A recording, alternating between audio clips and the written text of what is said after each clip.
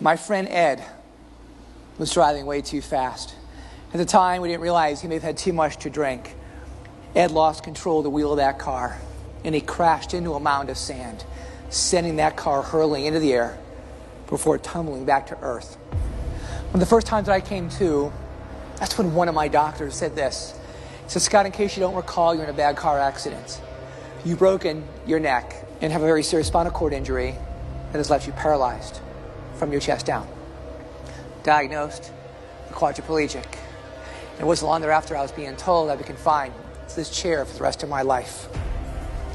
30 days into this experience, laying there, I started getting some movement back in both of my wrists. In the back of my mind, I started thinking to myself that no matter how difficult life would be going forward, that everything would be okay.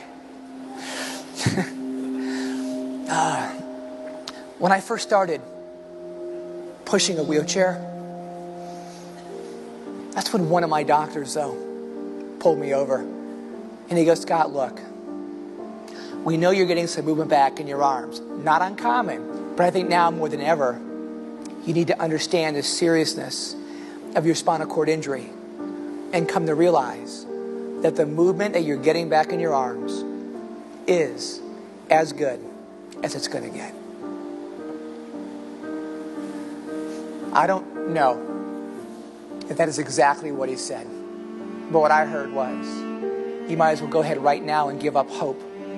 Give up hope on the idea you'll ever come out of this chair.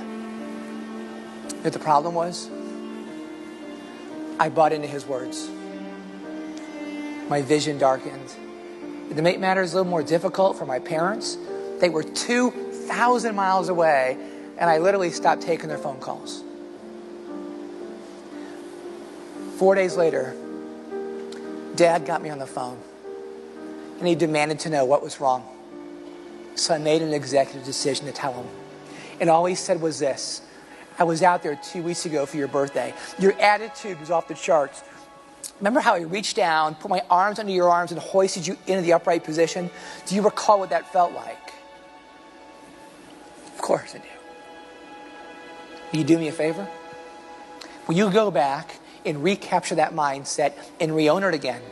In the meantime, don't be upset with me. I'm going to have words with that doctor. And then come the next morning, when I woke up, I could not believe my eyes. Standing at that doorway, looking back at me, was my dad. Letting me know, in a sense, everything would be okay.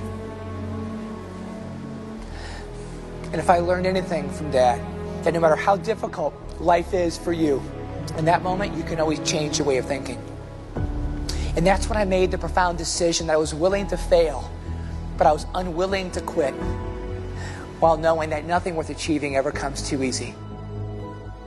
But to succeed, that takes grit. But what is grit? Grit, my friends, is your passion to persevere.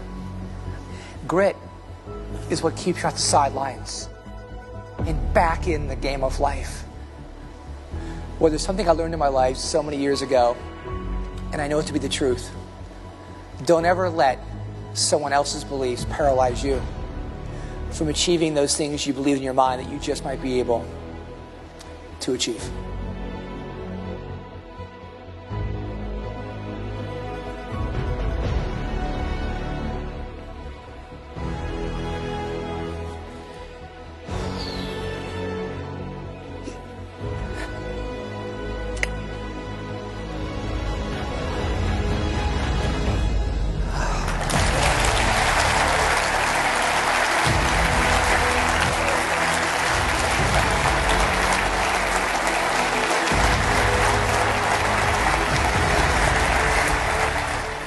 If you are looking to thrive, to beat the odds, and achieve extraordinary results in your own lives, don't give up too soon.